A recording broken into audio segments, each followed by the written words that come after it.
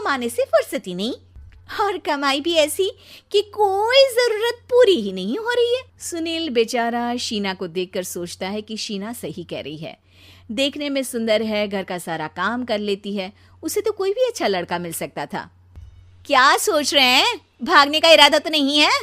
अरे नहीं मेरी प्यारी बीवी, मैं तो नहीं, पर डर है कि तुम नहीं कहीं भाग जाओ मुझे छोड़कर। शीला सुनील के मुंह से प्यार भरी बात सुनकर मुस्कुराती है।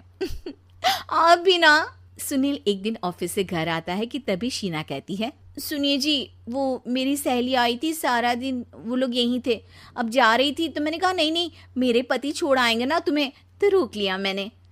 सुनील थोड़ी देर कुछ सोचता है, फिर कहता है, ठीक है, मैं कपड़े चेंज करके आता हूँ। अरे तेरे पति को तो लग रहा है कि अच्छा नहीं लगा। अरे नहीं नहीं, ऐसी कोई बात नहीं है, रुको मैं अभी उन्हें घर के कपड़े देकर आती हूँ।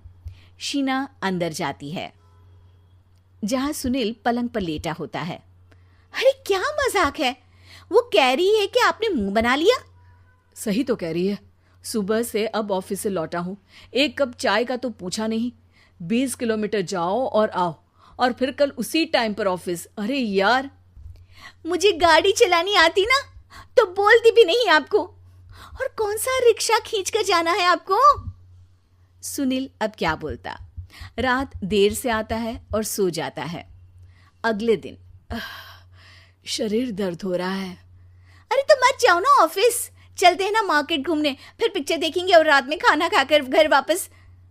सुनील जब सारे दिन की थकान वाला शेड्यूल सुनता है तो वो सीधे सीधे ऑफिस के लिए तैयार हो जाता है।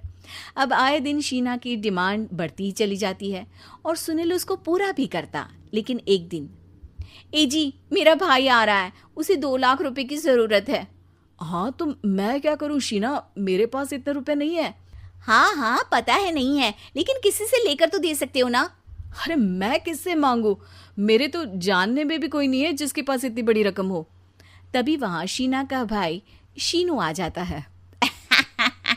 जीजा जी कैसे हैं आप? अब मैं ठीक हूँ शीनू, अचानक इतनी बड़ी रकम की जरूरत कैसे पड़ गई? अरे जीजा जी, वो बिजनेस शुरू किया ना तो उसके लिए पैसे की जरूरत है, काफी हो चुका है, थोड़ा पैसा बचता है तो मैंने सोचा आपसे ले लूं। अब देखो मेरे ऑफिस में कुछ लोग हैं जिनकी सेविंग अच्छी है, मैं उन लोगों से बात करके देखता हूँ। सुनील ऑफिस से किसी से पैसे लेकर शीना को दे देता है। शीना वो पैसा भाई को दे देती है 2 महीने बाद। अरे यार शीना, वो ऑफिस वाला आदमी अपने पैसे मांग रहा है, कैसे दूं? अपने भाई से बोलो ना पैसे दे दे। अरे हाँ हाँ दे देगा, कहाँ भागा जा रहा है, आप उनको बोल दो कि दे देंगे। थोड़े दिन बाद, शीना वो आदमी मुझसे आज भी पैसे मांग रहा था यार, मैं तंग आ गया हूँ, ऑफिस जाते ही सामने उसका चेहरा दिखता है, क्या बोलूँ, बार बार पैसे मांगता है। अच्छा मैं शीनू को फ़ोन लगाती हूँ, बात करके देखती हूँ। शीना भाई को फ़ोन करती है लेकिन वो फ़ोन उठाता ही नहीं। लगता है भाई कहीं ऐसी जगह है जहाँ नेटवर्क की समस्या होगी। सुनील अगले दिन दोपहर को ही घर आ जाता है। उसका चेहरा उतरा और परेशान सा होता है। वो रोने लगता है। अरे क्या हुआ जी, आप इतना परेशान क्यों हैं? सब ठीक तो है ना? अरे नहीं शीना, कुछ ठीक नहीं है, मैं ठीक नहीं हूँ। तुम्हारे भाई के लिए मैंने जो पैसे लिए थे, उस आदमी ने आज भरे ऑफिस में सबके सामने मेरी बेइज्जती कर दी। सबके सामने आज मैं कर्जदार बनकर खड़ा था। मैंने हर वो प्रयास किया घर चलाने के लिए जो मैं कर सकता था, लेकिन अब नहीं होगा। वो फिर रोने लगता है। अरे आप तो औरतों की तरह रो रहे हैं, मर्द हैं आप।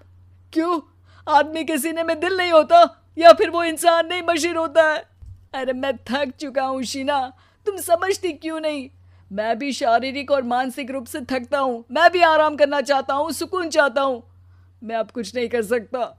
कुछ नहीं। वो बैठ जाता है। शीना पति को हैरान परेशान देखकर चुप हो जाती है।